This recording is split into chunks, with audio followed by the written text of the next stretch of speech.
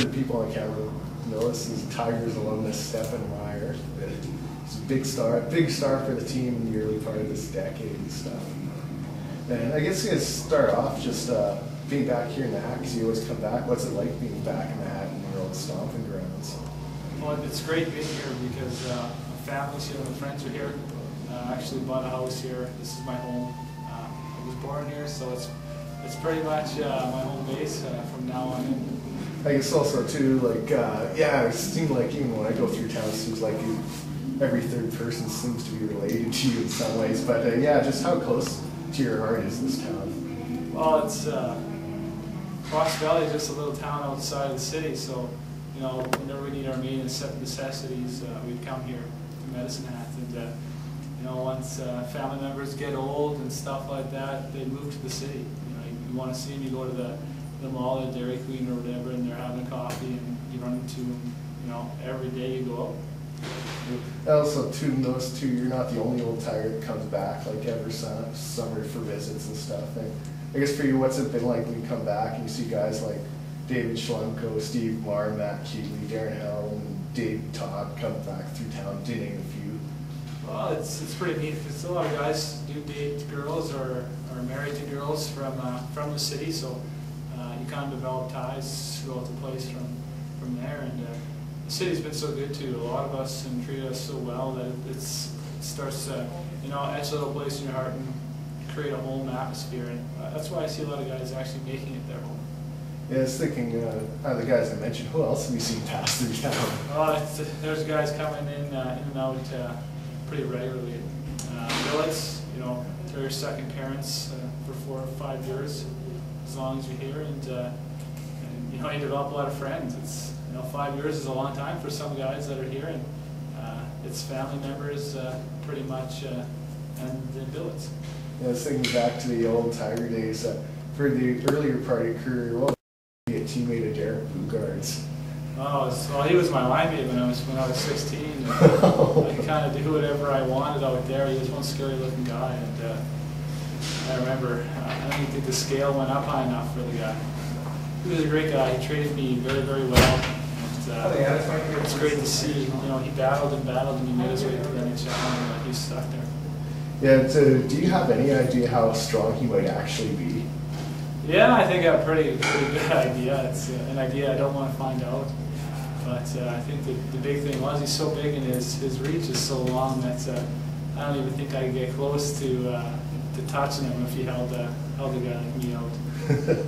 I guess also thinking back in the early days, I guess how different was it playing the 2001-2 season before Willie arrived compared to the 2002-2003 year when it was the first year he was the Tigers coach?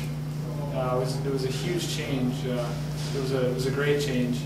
The first coach, Bob Laux, you know, he's a great guy. I have nothing but good things to say about him. But when Willie came in, he really established a system. He gave us a direction and gave you responsibility and held you accountable for things on the ice. And I think a good coach is a player's coach, and Willie's one of the best coaches I ever had. I guess how big of an influence has Willie been on your hockey career? Well, I think Willie, he brought me along great. Coming in, it was my draft year. He came in, and it was such a big year, and he expected a lot out of me. He didn't really give me too much room to slack, and you know, he was the reason I was drafted so early, and he was the reason that I was signed and able to play pro hockey game. I was thinking too, we were looking at one team picture there from 03-04. How big of a memory still is that you to be a part of that NHL championship team? Guys remember that for forever. You know, we still talk about that. That was as we refer to as the glory days. As good as pro hockey sounds, you miss junior hockey, and that run in this building, and just you know, winning all those games and coming back with the President's Trophy there. That was a riot. That was the best time of my life.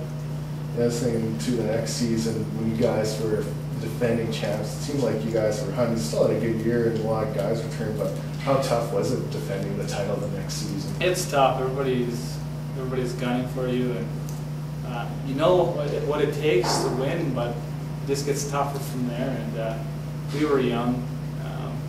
As you could tell, then the next couple of years, those guys got a little bit older, and Willie groomed them pretty well.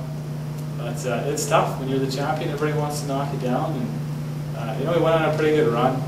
We struggled a little bit in the playoffs. Guys retired, injury, but it's no excuse. It just wasn't in the cards for us.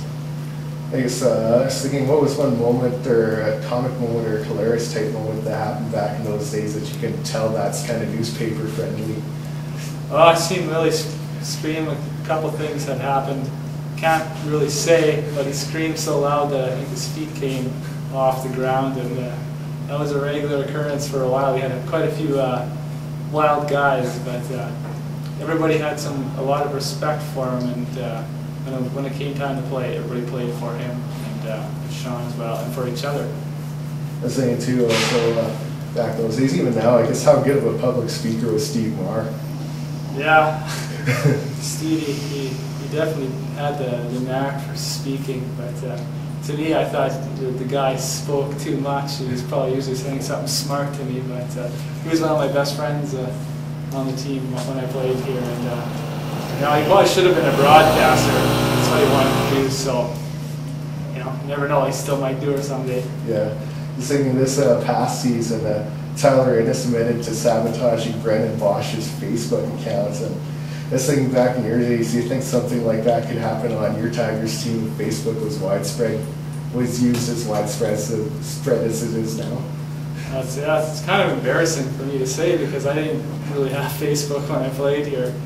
I think we had High Five or something like that. But, we were more into the old school physical kibosh. So I've seen a few injuries happen just with sock tape on blades, or guys going on the ice with a big huge tape ball on their head. So the list goes on.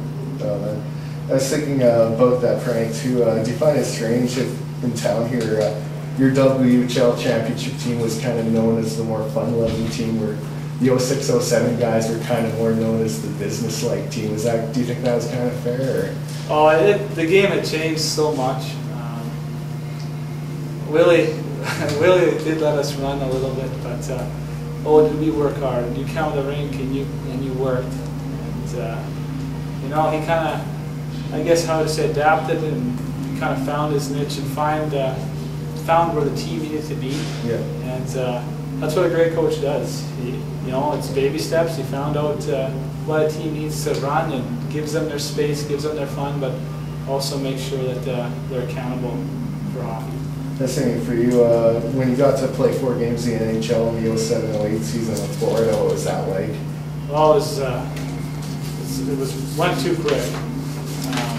It was a long time coming, because a guy dreams about playing the NHL his whole life, and when it finally happens, you don't know who to call, you don't know what's going on. Next thing you know, you got your whole family to call, all your friends, all the people that were there with you the whole way through, and best time of my life, one of the best times, because it's all you dream of as a kid, and when it happens, you finally can say you played in the NHL.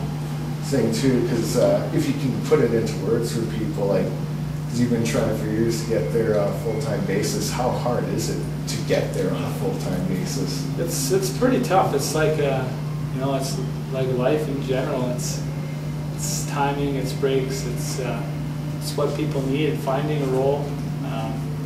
Can't lose a whole lot of sleep over it, but it's not easy. There's lots of players that have the total talent to be there, but what they have, or what the people like other guys, and that's just the way it is. That's life, and just to be playing hockey, making really good money, and playing it for a living is pretty cool.